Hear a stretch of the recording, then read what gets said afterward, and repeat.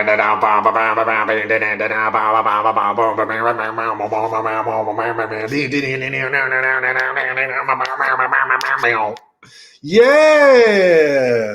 Hello, ladies and gentlemen. We're going to take it a little slow here for a second because I know we've got people logging on, but welcome to the show. As you may have noticed, this show is called The Rigmarole. And today's episode is called Farmhouse Flair. You may be asking yourself why. Well, because there is a Costco magazine in my bathroom entitled the same thing. So, congratulations. You're in on the joke. Today, the way the show works is we will be doing long form improv where we will get 3 suggestions from you, the audience. We would love for you to add those suggestions into the chat, whether you're on Facebook or YouTube, and then we will play off those suggestions and do about an hour worth of improv. Your suggestions may be woven in anywhere from right away to pretty close to the end. So you better stick around and see what's going on. This is Kirby Joe Grubb right That's here. Mark Little. Hi. And thank you for being with us. So what we shall begin with are our suggestions.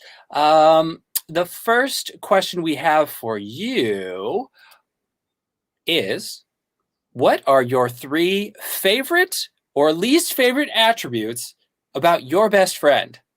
Or just someone you know very well? Give us 3. So, for example, Yes. petty,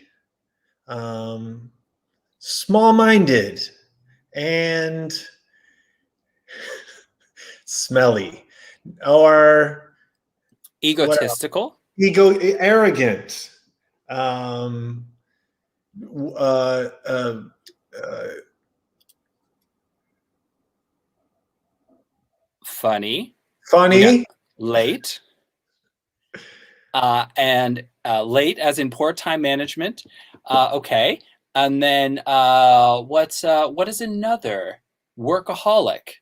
A funny, poor time managing workaholic. And okay, so they're funny. And are they funny? Do they have good jokes, or are they perceived as not good jokes? Careful. You don't want to put yourself in that corner. Oh, that's true. Never mind. Don't answer that question. Thank you for the not. funniest jokes anyone's ever said. Perfect. We have lots of funny jokes, and here they come. All right, excellent. So we got funny, late, and a workaholic. All right, all right. Thank you very much. Up next, KJ, you want to ask the people?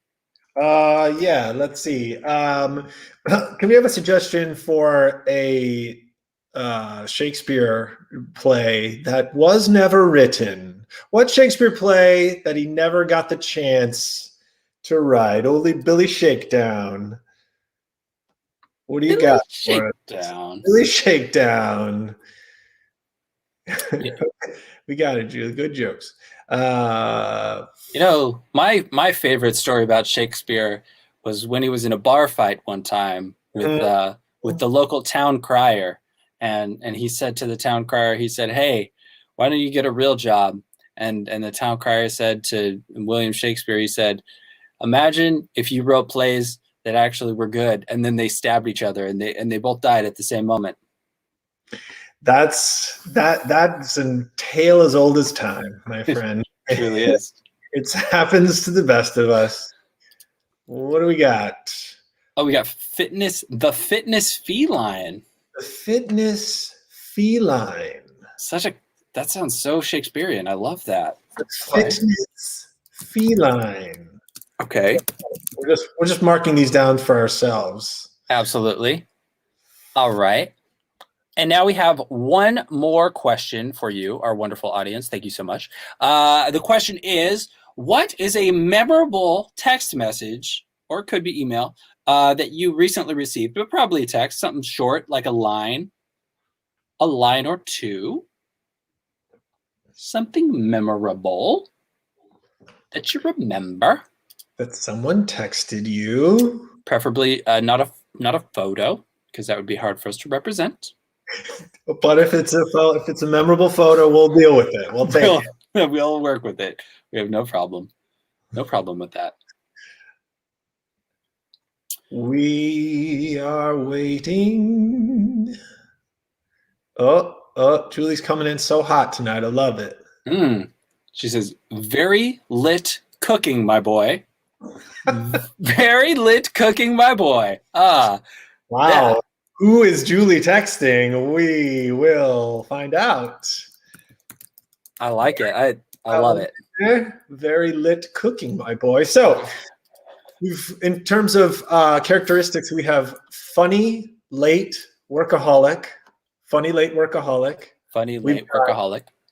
We've got the Shakespeare play that, and these are just suggestions. These will just inspire things within the show. The fitness feline, and we have a text. Very lit cooking, my boy. Beautiful. Well, this is the rigmarole.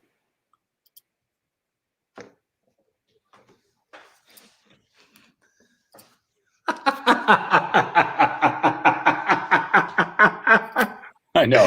I know.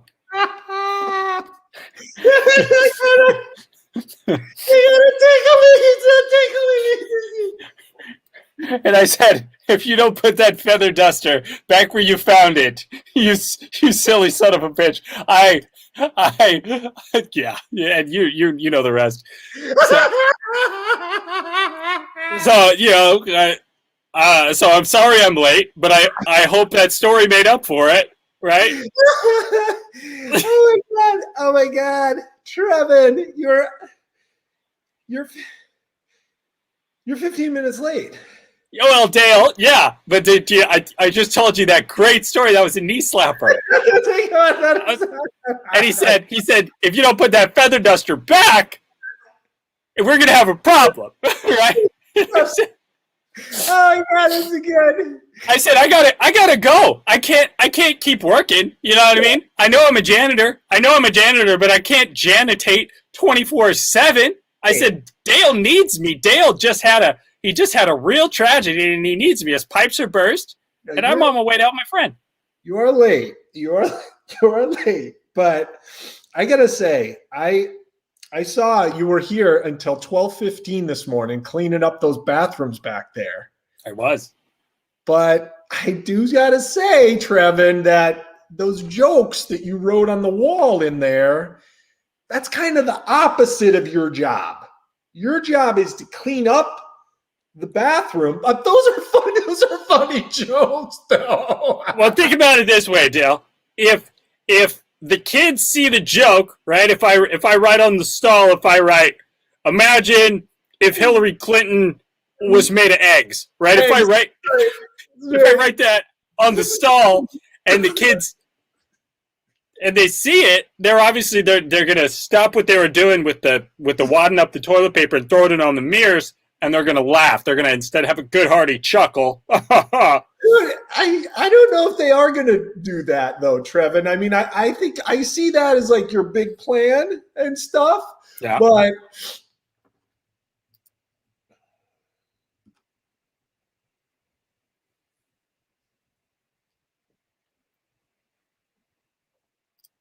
Hey, Jared. what? God, what?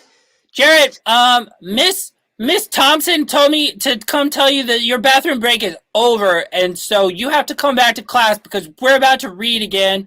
That's what you sound like.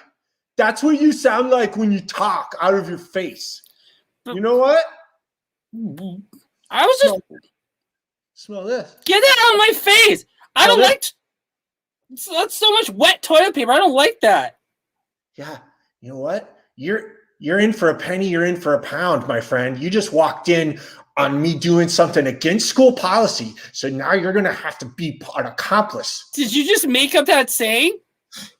No, in for a penny, in for a pound is a real It's a real saying from Shakespeare. You must, So whoa, that reminds me of my grandma's favorite play, The Merchant of Venice. Is it the same? yeah, it's from that. Yeah, it's definitely from that Merchant of Venice play. That's right. Stop trying to distract me with smart talk. Okay? I came in here and I'm throwing this wad of toilet paper on the mirror, okay? And now you're gonna have to be part of it too. So take this. Take it. Okay, Take fine. I'm taking it. Fine. it. Throw it on the mirror. I'm just wanted to tell you, just because, I mean, I don't want to get in trouble. Like, if we get in trouble, this could be the end of my. I get lots of good stuff at school. They give me good grades, and I have. You're in for a pound, buddy. Don't see it. Okay, you do this now, or after school today, I'm gonna smash you so hard. I'm gonna smash your face through your asshole. I'm gonna punch your nose out your butt so hard. Okay, I'll throw it. God. Oh, he did it! He did it! Mrs. Jefferson. I was just in the bathroom on my bathroom break, and he came in. Yeah, there he is. And there he is. He came in and he wadded up a bunch of toilet paper. He did what? Look.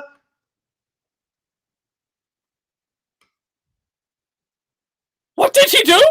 He wadded up a bunch of toilet paper and he threw it right at the mirror. I saw him do it. He did it right in front of me with reckless abandon. Hold on. I have an issue with that, boys. Neither one of you should be spending your bathroom time vandalizing. Neither one of you. Why? He did it. I saw him do it. I was just being a good Samaritan and telling you that that's who did it in there. Well, you sent me to the bathroom to get him, so I was trying to be a good student. What? I just was. Are you mocking me, boy? Are you mocking me? Like, pretending to have your glasses on. You're playing me. You're playing me right to my own face. Oh. I was.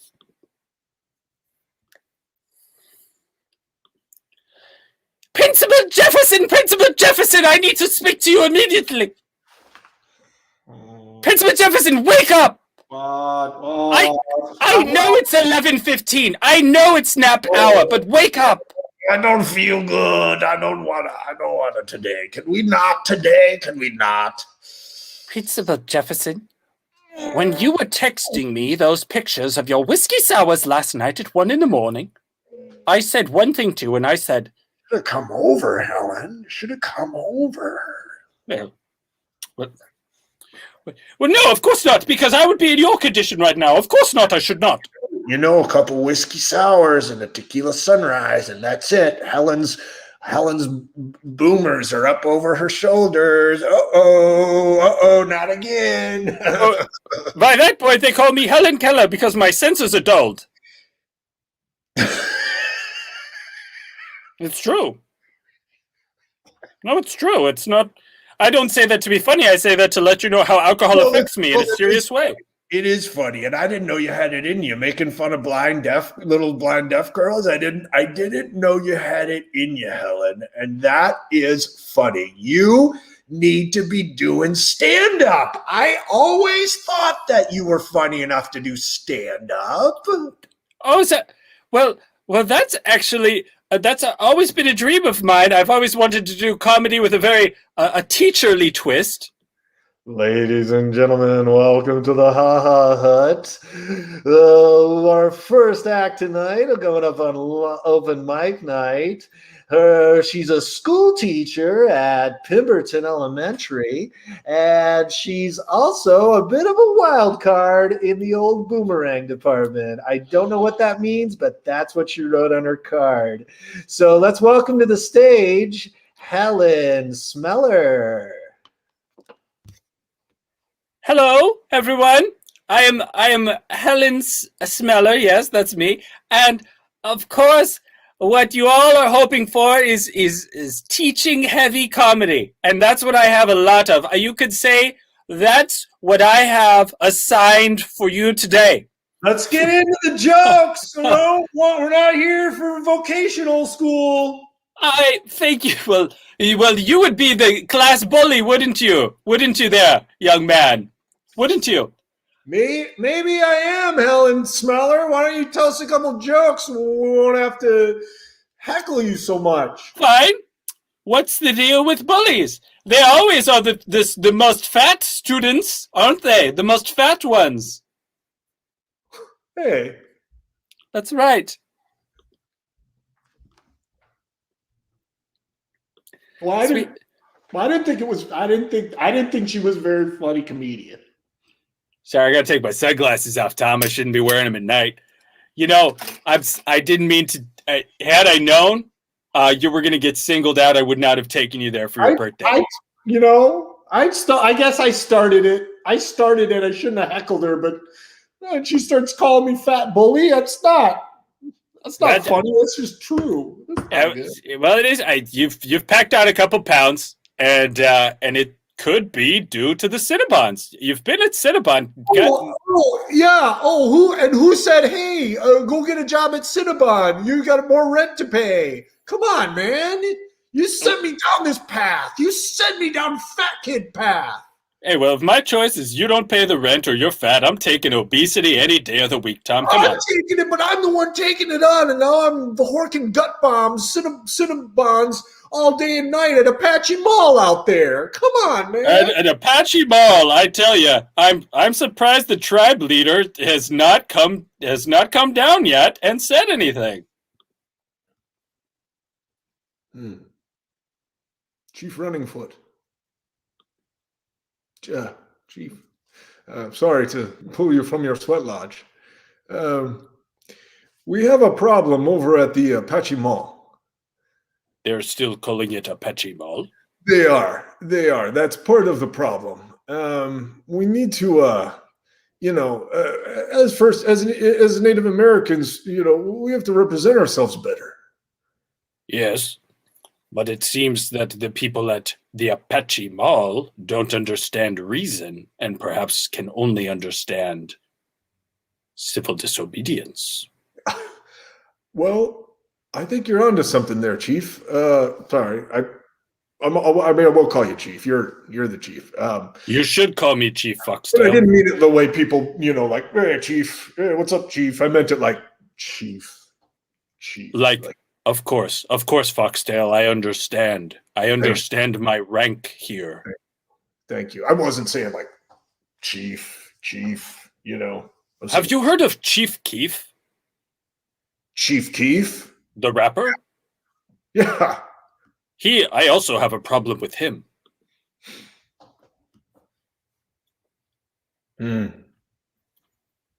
Smoke signals. Okay. You want Chief Keef?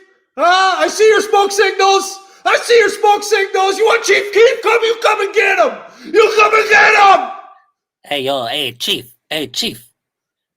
Those smoke signals are nothing to be messed with. Take it from me. I was a scout, a Boy Scout. I made it all the way up to right below Eagle Scout. Okay?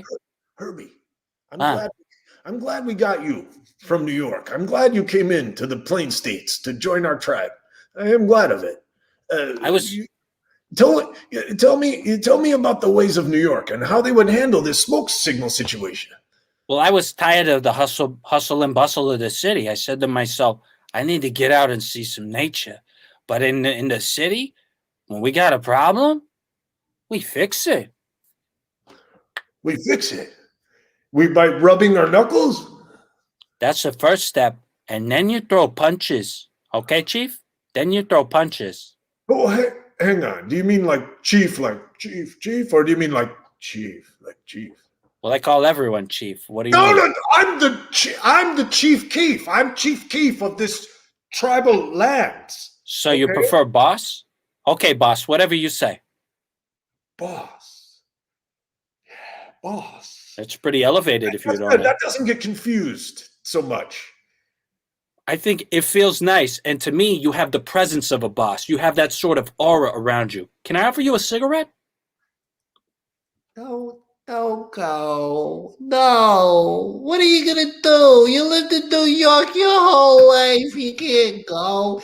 Where you gonna go? Michigan? There's nothing over there. Ma, I told you I'm tired of the hustle and bustle. This city life, it doesn't sit right with me anymore. You're gonna join a tribe now? Now you're a tribesman. You're gonna leave your mama.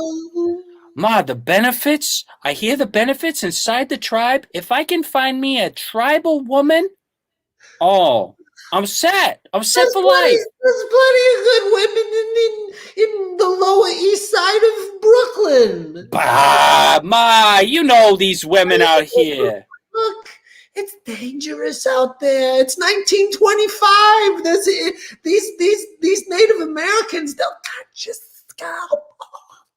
You're always telling me it's 1925. Ma, no, this is it. This is as far in the future as we've ever been. This is when it's time for the revolution. Things are moving too fast. You saw the automobiles, the movie cameras. What's next? You're moving to the Michigan to join an Indian tribe. It's like you're going back in time. I know, but Ma, I tell you, that's what it's calling me. I feel like all my life, all I've ever heard about is Henry Ford, freaking the Gutenberg printing press asshole. And now I just want to go be friends with some Native Americans, some scalpers.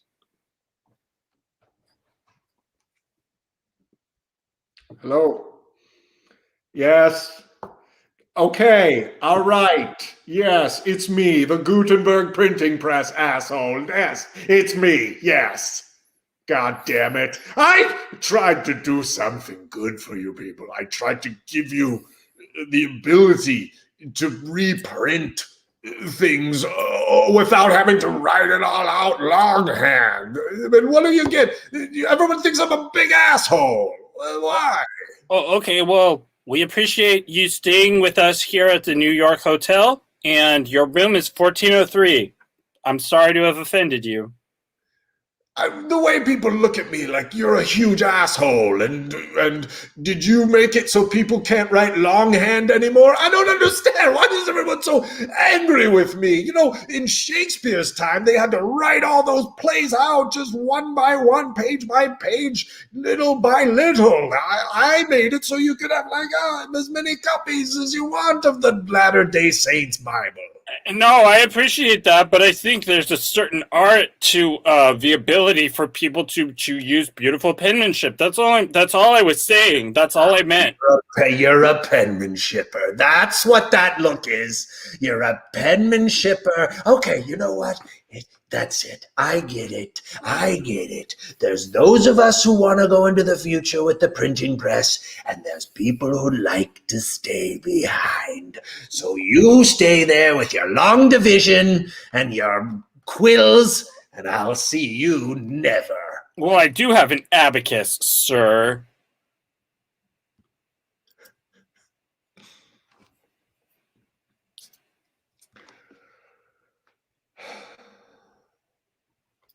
Shakespeare, Shakespeare! William! Yes. Call me Will. Will, I like to call you Will. That's very fun. No one's ever let me use their first name before. Will. Well, you're a lowly stable boy and you smell of shit and piss. So while I like you, you're not going to go over well with the other townspeople, are you? No, I really haven't, Will. It seems like, Will, that every time I come into a room, and it probably is my scent of shit and piss, that people ask me to leave rather quickly, Will. But you on the other hand, Will, my good friend Will, who we just became best friends, I can tell. You and I, Will, are getting along nicely. You slink in here rather like a like a small cat or a feline slinking around, rubbing up against things, rubbing your pissy and shitty legs on everything. It's quite endearing. Thank you, Will. I like how the chairs feel on my calves, and I think that these are some of the finest velvet chairs I've seen in any room in any part of England. These are the finest chairs. Will, are you listening to me? Will, I thought we were best friends. Why aren't you responding? Will? Well, to be perfectly honest, I'm writing down everything you're saying. You've become somewhat of a muse to me in these last 45 seconds, and I want you to know that I'm writing a play about you. Yes, I am. Oh my God. But Will. In every play, the main character has to go through a transformation, doesn't he? So I could get a new set of clothes, Will. that'll be a good start, but we want you to get fit, eh? Fit. I could begin trying to lift the horses over my head, Will. I could start with a small pony. I think you're going to have to start with maybe the smallest pony, if that's the route you want to go. I'm behind you. Okay. Way over behind you. But I think maybe let's...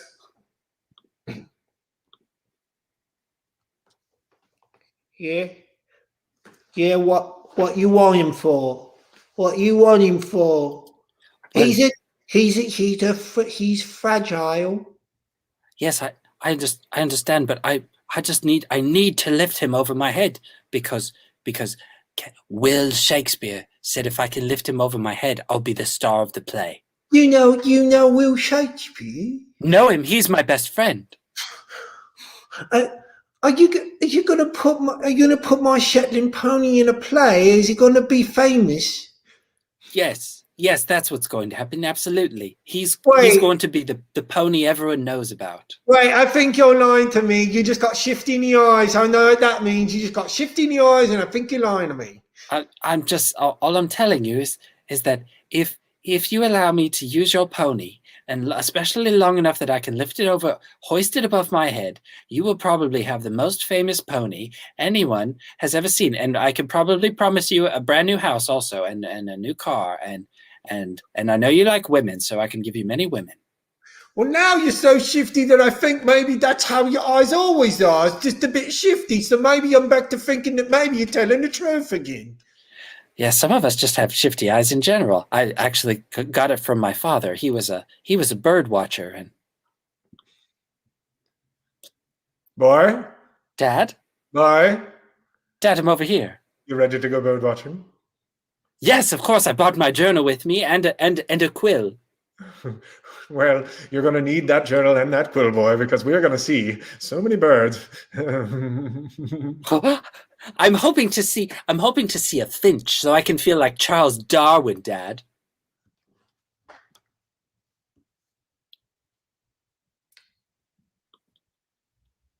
Dad, it's a finch. Dad. Here comes those guys again. What? What? You're shifty. Don't stare at me. What's your problem? Hello, little finch. Don't talk to me. I don't speak your language. Shit.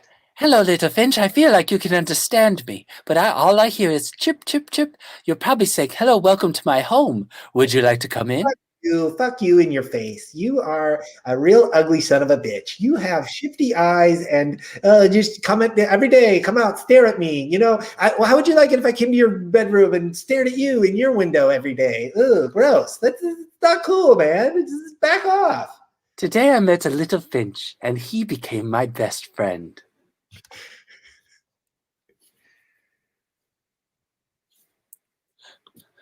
Mom. What? I was at the theater and I was watching the Fitness Feline, the new Shakespeare play. Why are you screaming? Mom, that's my play. What do you mean that's your play? That's William Shakespeare's play down at the Old Globe. My best friend, William Shakespeare. He calls me by my name, Mom. Oh, okay. You're best friends with William Shakespeare. Okay, honey, that's fine. That's fine. Maybe I should take you to see one of his plays or something. You stop being so fantastical all the time. Fantastical. Mom, I wish you would believe me. It's one of my greatest life achievements other than becoming best friends with a finch.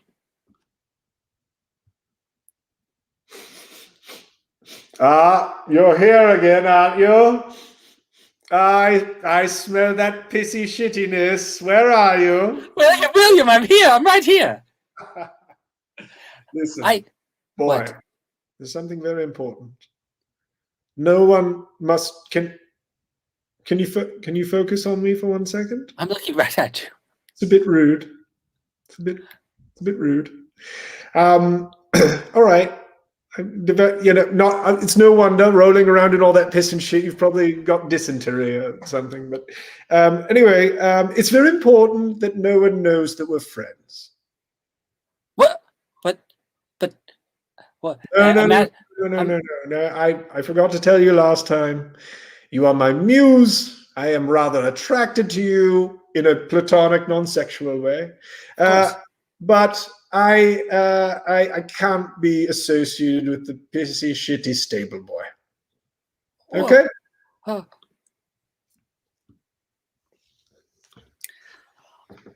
Gather round, boys, and listen to Socrates speak. Yeah.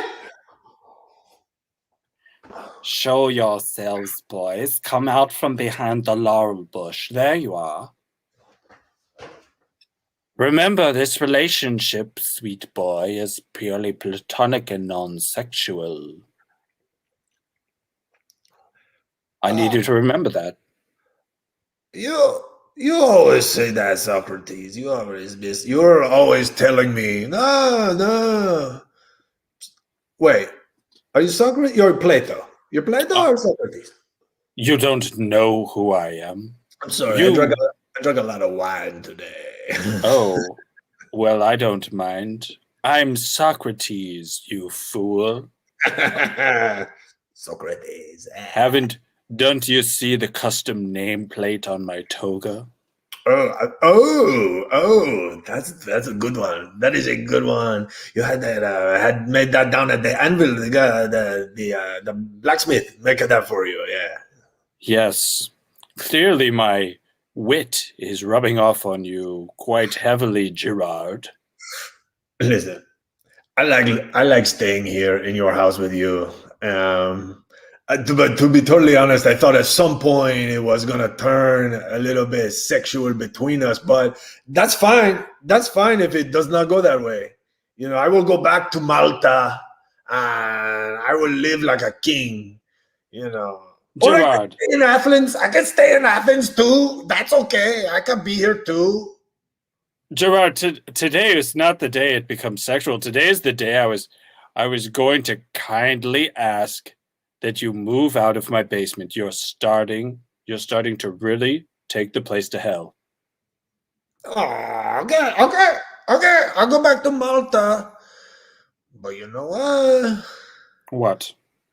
You're not gonna be able to philosophize anymore if I'm not here to jog your philosophical part of your brain. Oh, you think you're my inspiration? You think you're? I am your Malta muse. Okay, well, imagine this. Okay, try it. I will go, and we will see how many great philosophies you are able to come up without Gerard in your basement. Well, yeah. Well, I must admit, I am becoming worried here. Gerard. No, that's it. No. See you later, Gerard, Socrates. Gerard, perhaps I overstepped. Vacation. Oh, what have I done? Socrates. So, continuing our lesson from yesterday, I had a couple of questions.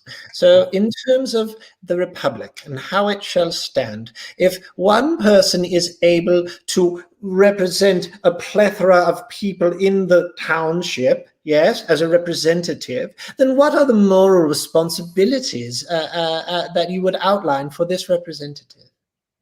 Oh God. Imagine a town is a building with many people inside of it.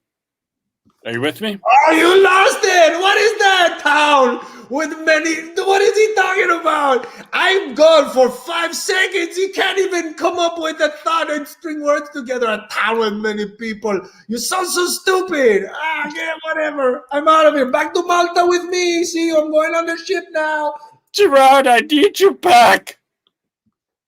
No, I'm not coming.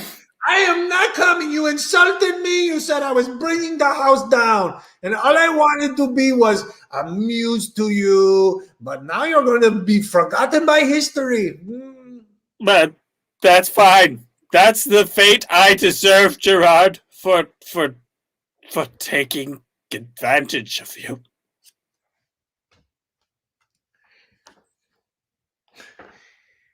Did you get your history homework done? Did I get my history homework done, Tyler? Did I get my history homework done, Tyler? History homework done last night? Yeah, obviously, and I didn't. And I did tomorrow night's homework, Tyler. And I did extra credit, Tyler. I'm not like, come on. I chose to do my report on Gerard, Socrates' muse, the man behind the man. That's actually super sweet. I remember Gerard is like probably my favorite historical character. I think the coolest thing he ever did was the time he chopped down the cherry tree. I remember reading about that. He was so cool. I think you're confusing that with Abraham Lincoln and the apple that fell out of the tree onto his head. Oh, Slightly different Pennebaker. Okay. Okay. But what I was going to say about that is that while I was doing my report, I was like looking at your Instagram, and I was like, maybe he's my Gerard. Oh, you think like I'm like okay, yeah. I'm definitely the reason that you learned good stuff and smart things. But probably because I'm like the smartest, and you learn from me, I guess. You're trying to one up me every time. What's up with that? I guess I was trying to forge a forever relationship, and you're trying to say that you're better and smarter. You know what? Maybe. Wait, that is exactly what Gerard did. that's right. So you really are Socrates, and I really am Gerard. I don't want to be in this analogy anymore. I don't want to live in this metaphor anymore. Well, guess what? The world's a metaphor.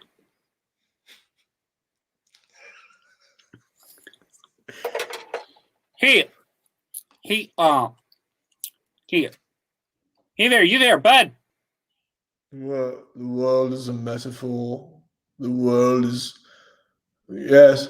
Okay, Calvin, I can appreciate that the world is a metaphor, but some of us have 9 to 5s to get to. Okay, we can't all just work at the gas station. I need $34 on pump 7. Listen, Mr. Ginesetti, okay? I'm having a bit of a deep thought here, okay? And I know you want your gas.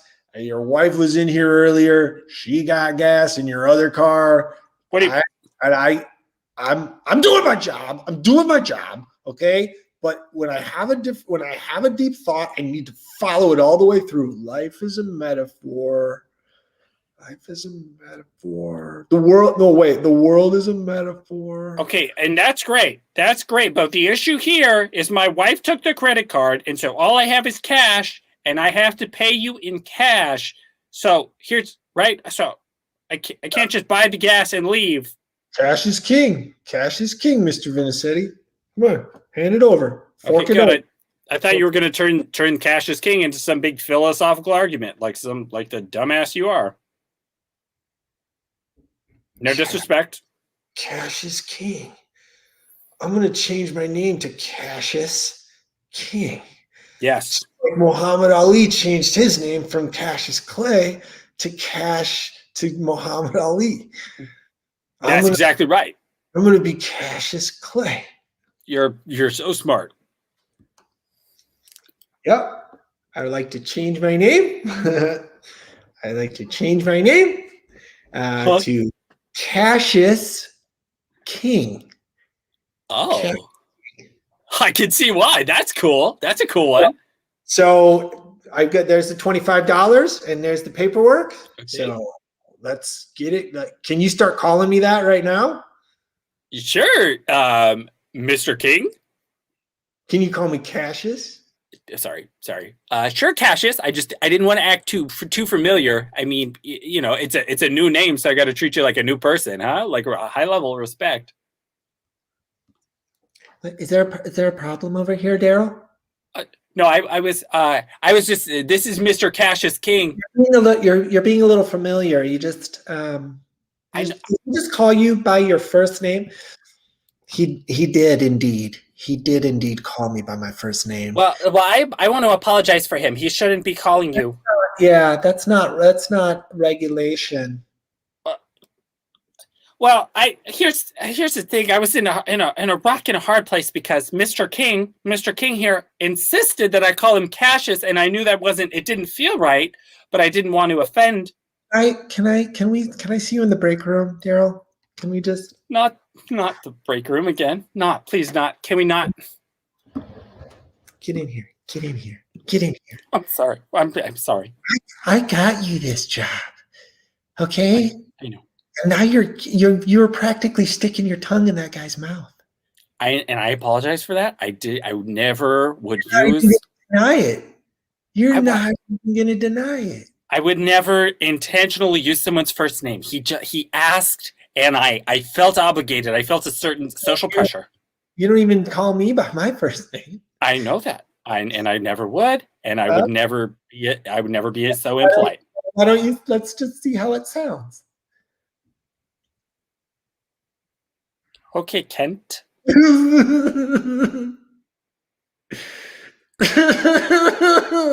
Are those happy tears or sad tears, Kent? Like right in the middle. Well, that puts me in an awkward position.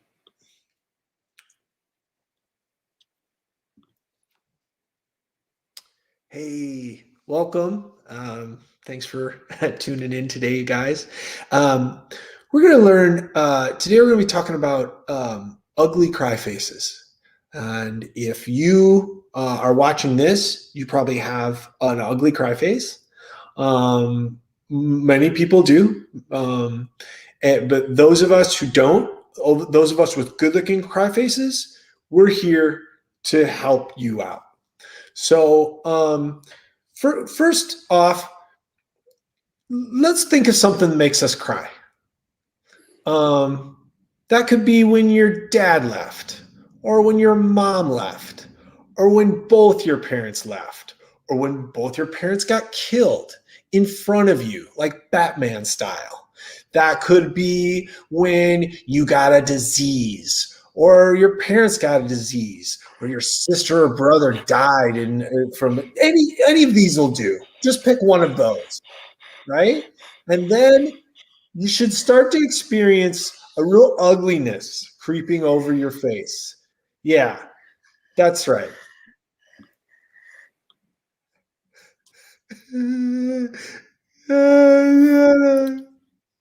Johnny! Johnny, you crying in that damn room? Get out here. I need some macaroni. Dad, I wasn't doing it. I was watching YouTubes about Roblox. Oh, yeah, we're watching Roblox. You're watching those stupid crying videos again, aren't you, Johnny? Maybe there's no emotion in this house, so I gotta go to YouTube for it. Maybe, Dad. Well, you know what, John? I'm proud. Is this what you want to see? Yes. I am proud. I am proud that there's no emotion in this household. Your mother and I have done a lot to beat the emotion out of you and your sister. What's happening in here, Don? Uh-oh.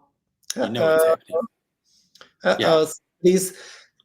Sorry, Mom. I shouldn't be in Farmhouse No, that's too ugly. I can't even look at my own son. Your face is too homely and ugly and horribly disfigured when you cry. That's why we don't cry in this family, because we're a family of ugly-faced criers. Okay? We've gone over this.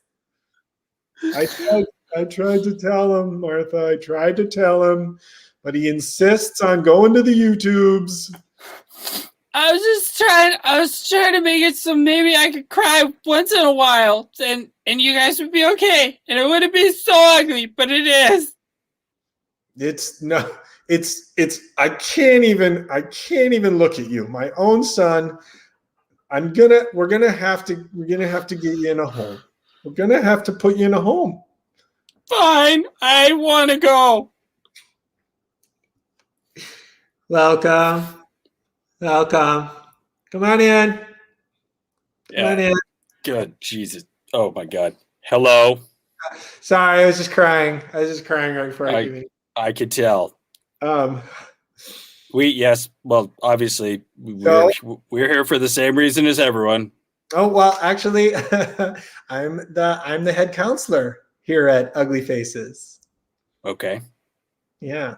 So well, then perhaps I'm a different kind of counselor. Okay, than what you maybe expected. You know what I'm saying? Oh no. I'm gonna make it. I don't know what you heard about this place. Okay. But we're gonna have some fun. Well, that's great. I'm so happy to hear that. But honestly, my concern is not so much fun as it is the hideousness of my son when he begins to cry. Dad, why you say that to the counselor? I'm just like you, buddy. I got a horribly disfigured cry face. Yeah. It's why I'm not married. It's why I don't have any kids. That's why I work here. But hey, I don't want to work here. You don't have to work here. You have to live here. You have to live here. Your parents signed the papers. You're gonna live here for 16 months. Huh? 16 months? You can't. That doesn't work on me, buddy. Watch.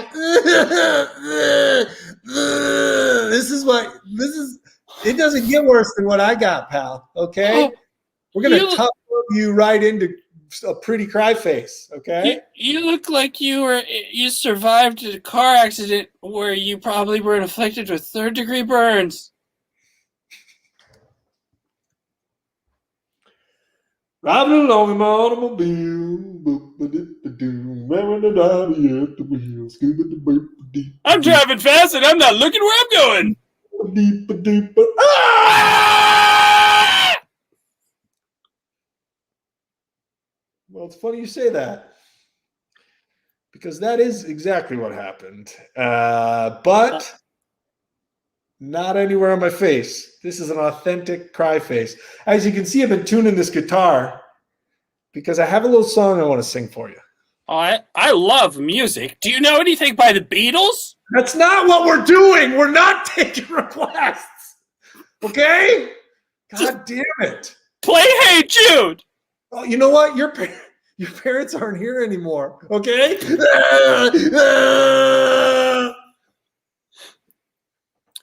You know what, Poe? You know what, Poe? What's that, Mo? I'm sorry, what? I said, what's up, Mo?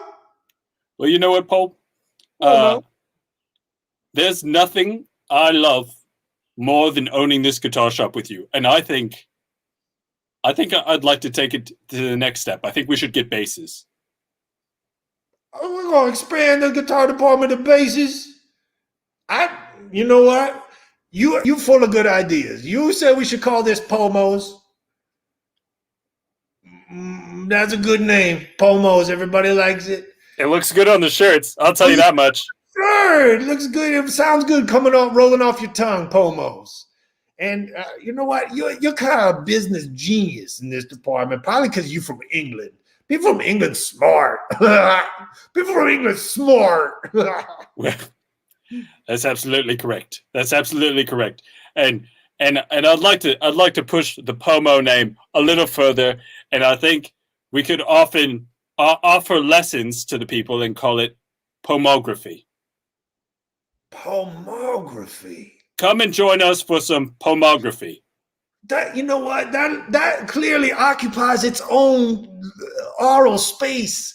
There's nothing else that sounds like it, so it's got its own ring to it. I've been passing out cards at elementary schools recently. Pornography.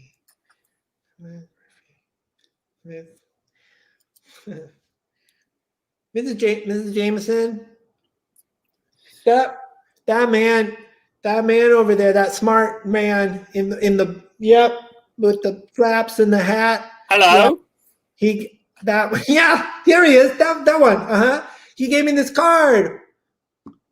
It's pomography. What is this? I gave the young boy pomography. Why are you handing out cards to children? I'm very interested in getting as many children inside of my place of business so we can teach them all about pomography. Pomography? First of all, it's spelled wrong, and second of all, that's against the law. What? It's wrong. Get a crossing guard. Crossing guard. Do I have? So I can't go? What's up? Hold on. Stop traffic. What happened over here? Why are you yelling? Hey, This man right here, he's trying to hand the cards to kids that say pomography on them, and clearly he's an illiterate. it's me. User. Well, all I'm trying to say is I would like to have as many children in my shop as possible, and I could teach them a thing or two about pomography. I don't have jurisdiction. I'm just a crossing guard, but you need to step back off of school property, man. Otherwise, I'm gonna have to hit you with my crossing guard stick. You're doing a great job, Mr. Crossing Guard. You're doing a great job. Thanks, Linda. Exciting. This is one of the I've always known you had it in you.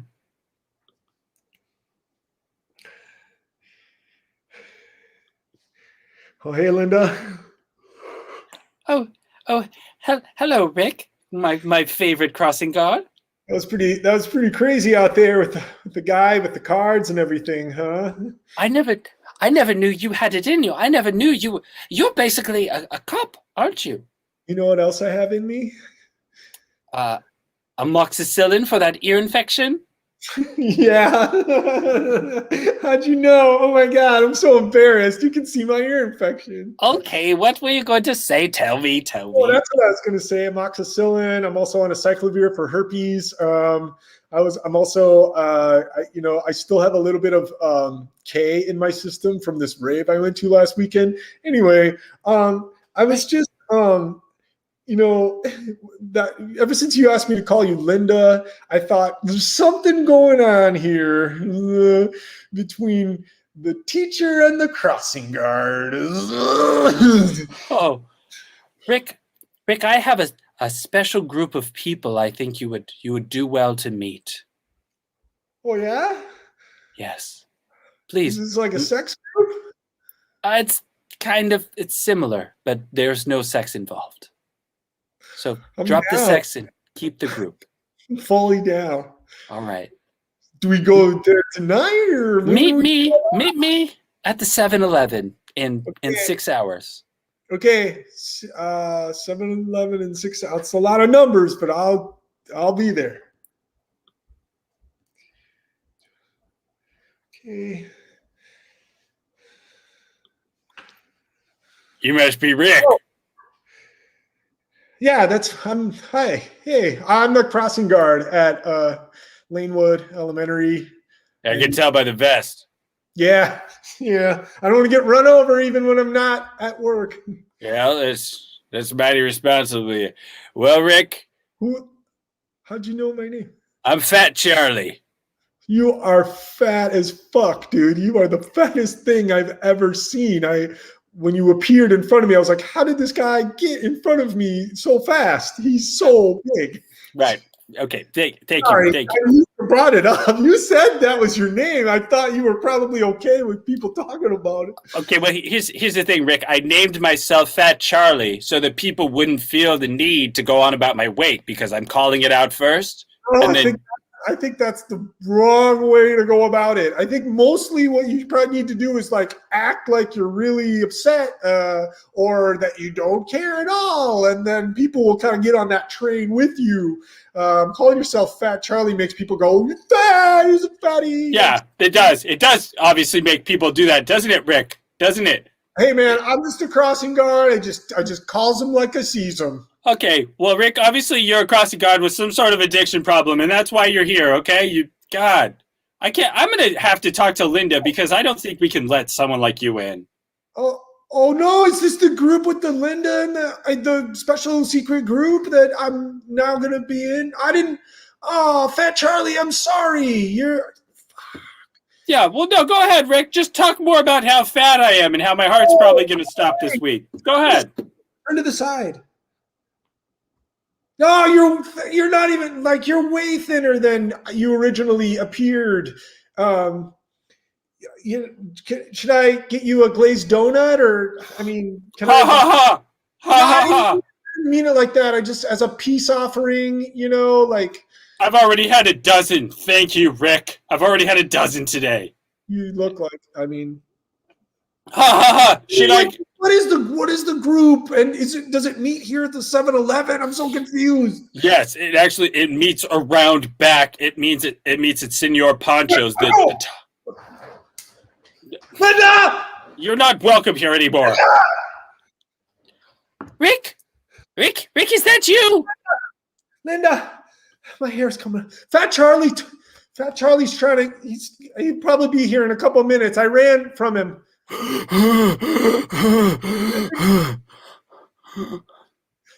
I can hear him breathing. I can hear him coming. Linda, what is this group? I want to be in. I'm sorry I called him fat. What is I need to know. You called him fat?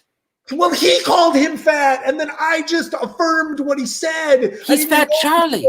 Go all like not let me into the group because of it. He named himself that in a self-deprecating way in hopes that other people would just let it go. Linda, I know. He told me the whole story. Look, he's gonna be here any minute, and he's gonna put his fat arms around me and throw me out of here. Just tell me, what is this? Who are these people? What are you doing here? This was the group that was going to save your life. My name is Charles. I don't know what you said to Fat Charlie, but I'm not sure you can be our group anymore. I feel the same way. My name is Tom French Toast, and anyone who's not who's mean to Fat Charlie has via the associative property also been mean to me. You blew it, mister, and you're about to join the group of a lifetime. But now I'm seriously considering revoking your application. And maybe even breaking your wrists. No, Brendan, is that what your name was? And Cinnamon Toast Crunch? I'm sorry, I need somewhere to belong. It's French Toast. My last name is French Toast. I'm sorry. My name is Frank. Frank, get it right. Do you respect my friends, or you're gonna catch the wrath? I'm sorry. Can we look? Fat Charlie's gonna be here around the end of the building any second. And here he comes. Hey, you. Fat Charlie, did he call you fat? I think I'm having a heart attack. You can't Fat Charlie. Dearly beloved, we are gathered here today to sing the praises of Charles Vanderbilt Commingsworth Allensville Esquire the Third.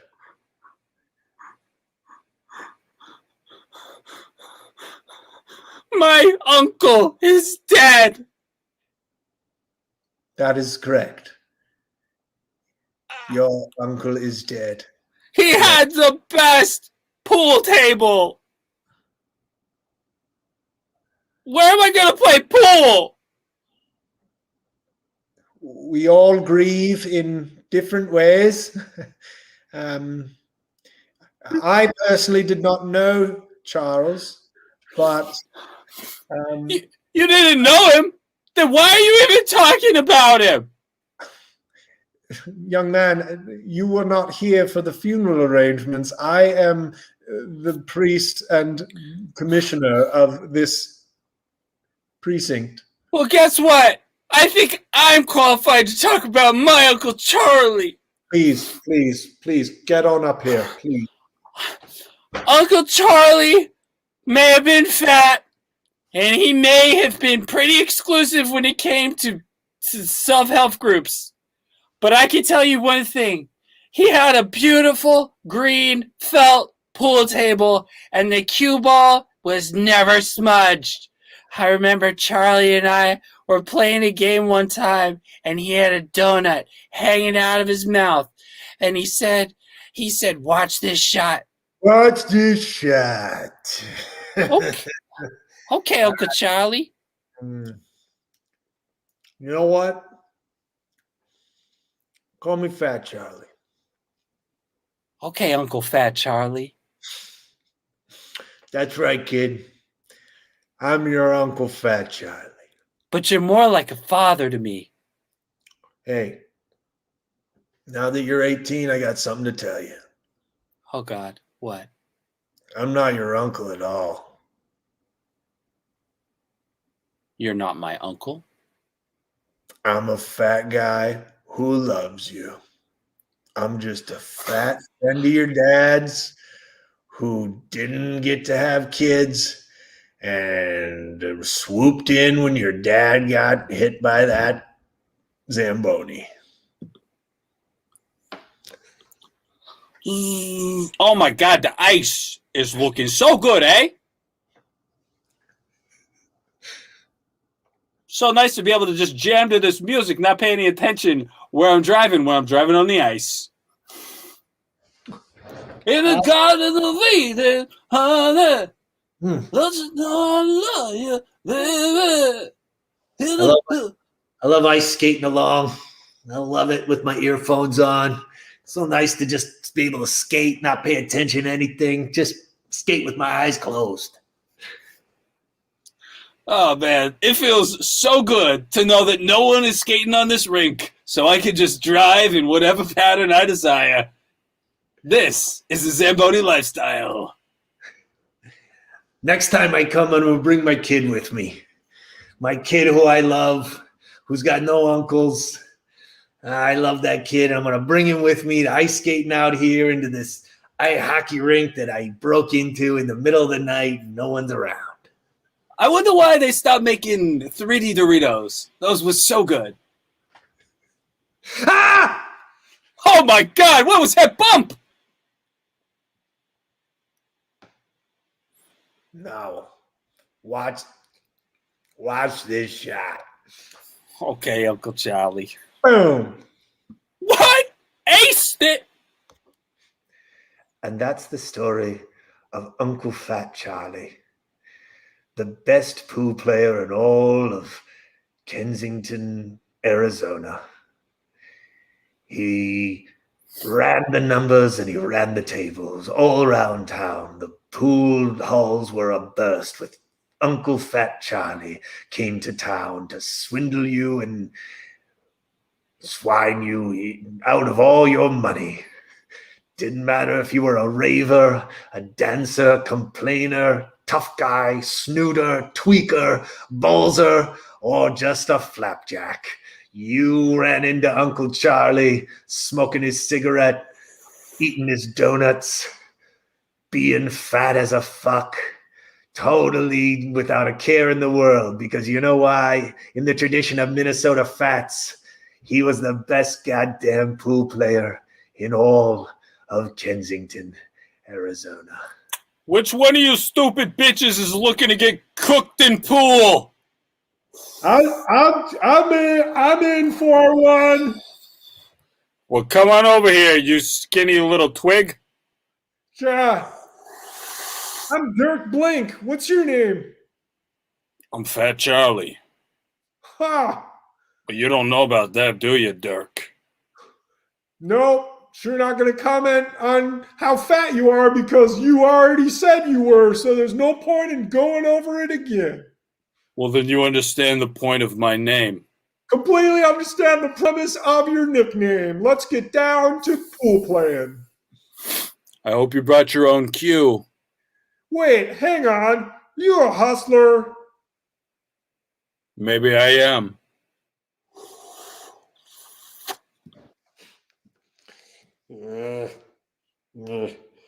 I'm Larry Flint, goddammit. Give me more pain pills, goddammit. I'm Larry Flint. Well, okay, boss. They said you're only supposed to have 4 of these a day, but you can have 2 more. Oh. I got an idea for Tell me another about it.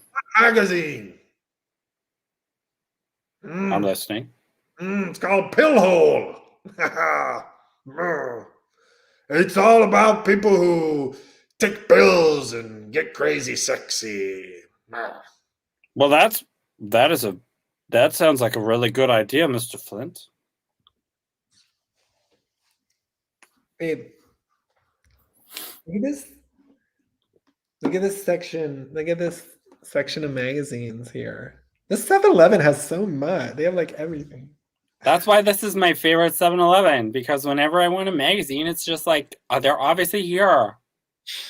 You know how you were saying like we should like, involve porn in our, time? Yeah, I remember when I was saying that. Maybe we should get one of these. Maybe we should pick up one of these mags, one of these nudie mags. I like No. the one that's... What? What? We can lay it open on the bed while we, Imagine if we took this magazine to like a Kinko's and we found our favorite page and then we asked them to blow it up 100x and then we put that on our bed. On the wall over the bed. That's even cooler of an idea to have. Okay, let's see which one's it gonna be? Pill hole Yes. or twatters? No, that's not Larry Flint. Larry Flint is my favorite magazine author, not...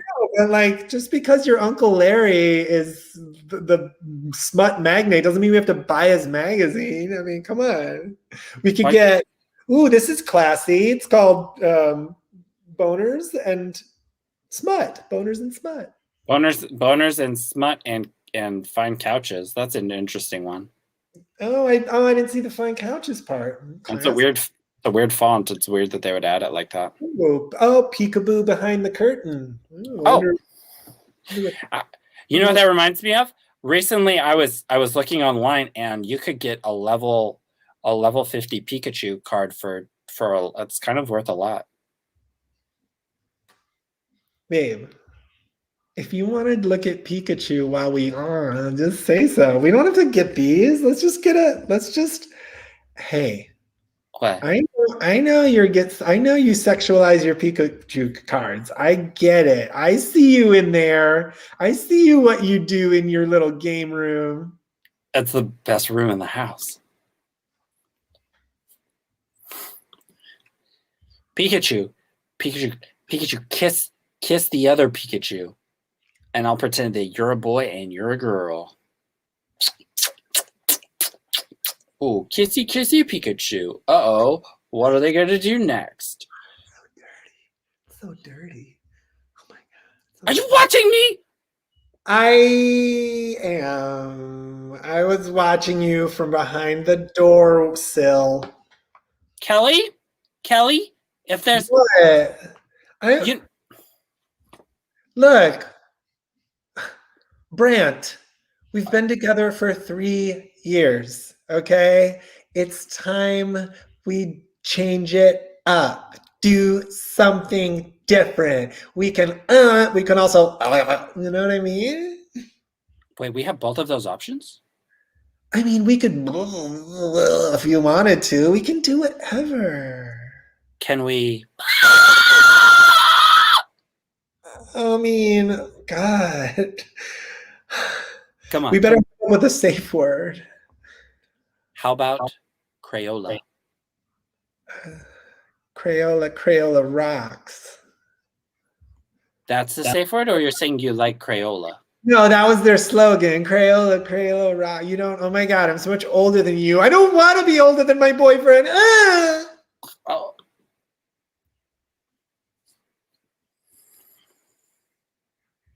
What's your name? Oh, I see your name tag, Brant. My name's Kelly. hi, Kelly. You like sixth grade. I am. How do you like it? How do you like sixth grade? I think it's probably one of my favorite grades so far.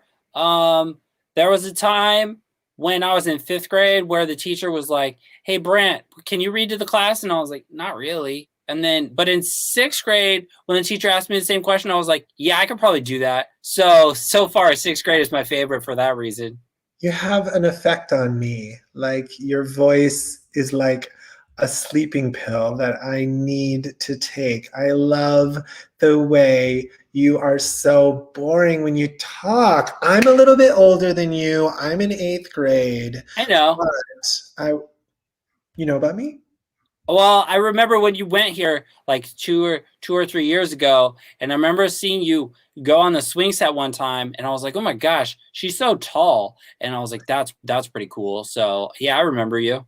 I have a feeling that you and I are going to end up together. And I know that that's premature for Yeah. like 8th graders and 6th graders to be like talking about. But Sure. you know what? I follow my heart. And my heart tells me that one day we're going to be doing some pretty wild stuff together, Brant. I think that's good, and I imagine it's going to be when we're both consenting adults, and I think that's the best part. God, you're super mature for 6th grade. It's so crazy. Well, that's because my parents gave me the Discovery magazine when I was 9, and so I learned all about Jane Goodall. Brant, sit down. Sit down, Brant. Yes, sir. I want you to look at this. Hold on, can I sit? Yes. I No, like my chair. Stand up. Stand up, Brent. Okay, there we go. Brant, look. This is a National Geographic's magazine. Okay? It's in the Discovery family of magazines, but Oh, good. Yes! Listen! When I was a young boy, I stole these from my father. And I looked at all the African tribal women's and all their teats that they just let flap out willy-nilly. Yes, it was sexual for me, Brent. Yes, it was my first pornography. Some say pornography. And that will be our little word for it from now on, so no one knows. Dad, this teaches me so much about you. I'm understanding you at so much of a deeper level now. Good. And what I want most for you, Brent, is to not have to sneak around and search out the Discovery family of magazines, of which one is National Geographic magazine, where they have people from other cultures and tribes in order to get your jollies. No, Brent. No. I want to offer them up freely, okay? Your uncle is Larry Flint. All right. And very soon you're going to know and find out that he is the smut king of the world. Like he has a lot of dogs of mixed origin? Well, yes, that's not what I meant by that, but he's double smutty. My uncle's the smut king. What kind of dog is that? Well, sir, Mr. Flint, it's I mean the smut king. well, Smut King. Here at the shelter, we don't like to focus so much on what kind of a dog is it, just that it is a dog that needs loving. Don't worry, I don't want a purebred. Do you know what smut means? Oh, that's true. We have a lot of smuts here. We do have a lot of smuts. Arthur, pill. Here you are, boss. My fingers, please. I'm sorry. Yeah, well, we got all kinds of. We got a lot of smuts. This one is Labradoodle and Doberman Pinscher blend. Yeah, okay. That's a good. That's a smutty mix right there. So it's fancy but protective. It could definitely protect your home, but you could raise a pinky while you're doing it. Arthur. Yes, boss. Yes, Smell that dog. Smell him. boss. You know I have a dog Smell allergy. the dog, Arthur. Fine, I'm smelling. You don't mind? It's I don't think it's been washed in weeks, boss. What does it smell of, Arthur? It smells like wet dog, and it smells like week old tortillas with no preservatives.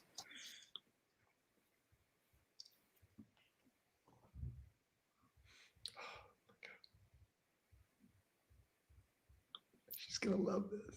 Hey, hello, and welcome back to the perfume counter, Mr. Coconut. This is good. This stuff is good. Also, Juanita, you look beautiful today, and I wanted to tell you that I saw you in the parking lot after your shift last night. Okay. I saw you slip on the ice, and I thought, no. Well, Mr. Coconut, I appreciate that you saw me fall but did not come and help me, or anything like that. It happened fast, and also, I'm a little shy. I get it. I mean, you come here pretty much every day, and for some reason, you always only talk to me, which I guess you must have a crush or something. You have a crush. I can tell now. Now I know it for sure. Sorry, you caught me off guard with that one. Stalker. No. Juanita, you are from Mexico. That is correct? Yes. Yes, I'm from Guadalajara. It's very nice all the time, all around the year, all of it. Oh no. Guadalajara won't do, and I'm never going back. Do you know that song that has your town's name in it? That's Dean Martin, right? That's a Dean Martin song? I think it might have been Steely Dan, but yeah, it's Dean Martin. He's a classy guy. I'll pretty much say yes to anything you ask me about. Oh, well, maybe you would like to make me dinner. Maybe you would like to make me some nice dinner one time. I would actually love that. Please make me. I'll be in my car after your shift at 6:15 when you come out, like every night. It's so fun, but kind of scary how you know my schedule for it exactly. Well, yeah, I watched you. Okay, that sounds perfect. I think for that reason, I think we should get together outside of work with just you and me. I would feel safe. I would feel safer.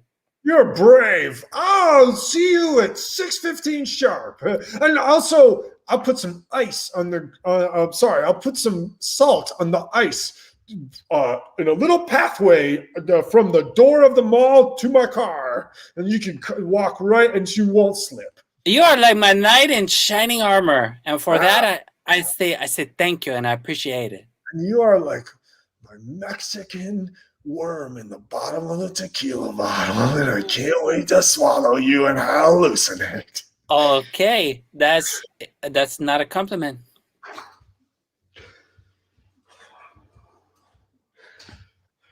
6:15. Where is she? Hello? Oh, Anita, hey, the path. Check it out. It's all melted. Oh my gosh, there's not any ice for me to slip on, and this is the nicest thing anyone has ever done for me ever. They pulled my Ever. car around. Okay. Oh, that's nice. Oh, this here's is- the passenger. Come on in. Okay, thank you. Okay, fine. I'm in. This is a beautiful 1987 Mustang. What an interesting year to have. Thank you. I know it smells like wet dog and old tortillas in here, but that's why I come to get the coconut cologne from you. Oh, that makes a lot of sense now. Now I understand why you go through so much. Yeah, because I can't get that fucking smell out of here. So whatever. I'm not selling the car. It's bad assholes. It definitely is. I really like the stripe on the front. It reminds me of a race car. So I have a question. When we Okay. get to my house, once I have dinner all set, made up, is it going to be okay if I go outside and watch you eat from outside of the house through the window? Yeah, of course. Ah! If that's Yes, I'm sorry. Paying attention to the road. Hey, what's up? What's up, you stupid Mustang Hold on. driver? Hold on. What? What did you say to my wife? Sorry, I know you're not my wife yet, but this is how I would act in a situation where we were betrothed. Did you just say You, buddy! you just said that I am your wife? Oh my god. Hey, you better! If you don't be careful, I'm gonna come over there and I'm gonna take your wife, and she's gonna be. Do you want to be my wife? Do you want to be my wife, Juanita? I mean, if what you're Have offering, your green card. if you're offering for me that we could be a husband and wife, and that you would be at least this attentive all the time, then I think that yeah, I don't see why Here, not. I got a ring. Here, put it on your finger. Go before that guy gets here. Okay. Okay, hand me that machete. Hey, you! Hey, hey, road rage you! You were a road rage me. I road rage you, a motherfucker. Well, okay, I'll stand down. I'll stand down. married- Yeah, that's right. I'm a I see. married man. I'm a married man now. I got a lot to live for, and I'm not gonna let anybody take me away from my wife. Okay, I'm not married, and I am just I simply have myself and my cat. So I would never dare leave my cat home alone, and I would never dare peel you away from your beautiful wife, your beautiful bride. Oh, do you think I'm pretty? Do you think I'm pretty? Thank you. Stop hitting on my wife. You are the saddest man I have ever. You and your cat, you're a sad man, and now you're trying to steal my brand new wife. Well, I'm You- just saying. We're gonna get hit. We're out in the middle of traffic here. We're gonna get in your car. Well, I just want to say I have very good luck. So the odds of me being struck by a car are low. They're low. I have good luck. I'm a good luck guy. Okay. Well, I'm gonna Oh. go have my first date / marriage. What, honey? What? I would just want to say that if he has a good luck, if he's a good luck guy, maybe we should be his friend, not his enemy so much. Maybe if we were good friends with him, he would have good luck for us too. You know what, honey? I Listen. mean, Give me a minute with my wife. all I'm saying is she's not wrong. I heard what she said, and she's not wrong. Honey, I mean, sweetheart. I know. Look, this always happens with us. Ever since we got married, it's like I get into an altercation on the road, and you're like butting in. You know, let me do the man stuff, and you do the lady stuff. Like let you eat from the front yard. Oh, okay, mi amor, I understand. Okay, now it's man stuff, lady stuff, huh? Okay, so I can't say that I think it'd be good for us to have a good luck friend. I can't just say that. And No, he's a guy. You're gonna be friends with a guy? No. Well, I don't really have a problem having a female friend. I can keep it purely platonic. Dear? What? Drive your car. What the fuck? I just appreciate seeing the majesty of a real relationship unfold. You stop eavesdropping on our relationship. Jesus, you're sad. Go home to your sad cat. If he likes to see what it's like for a husband and wife, maybe it will help him out so he can have his own wife.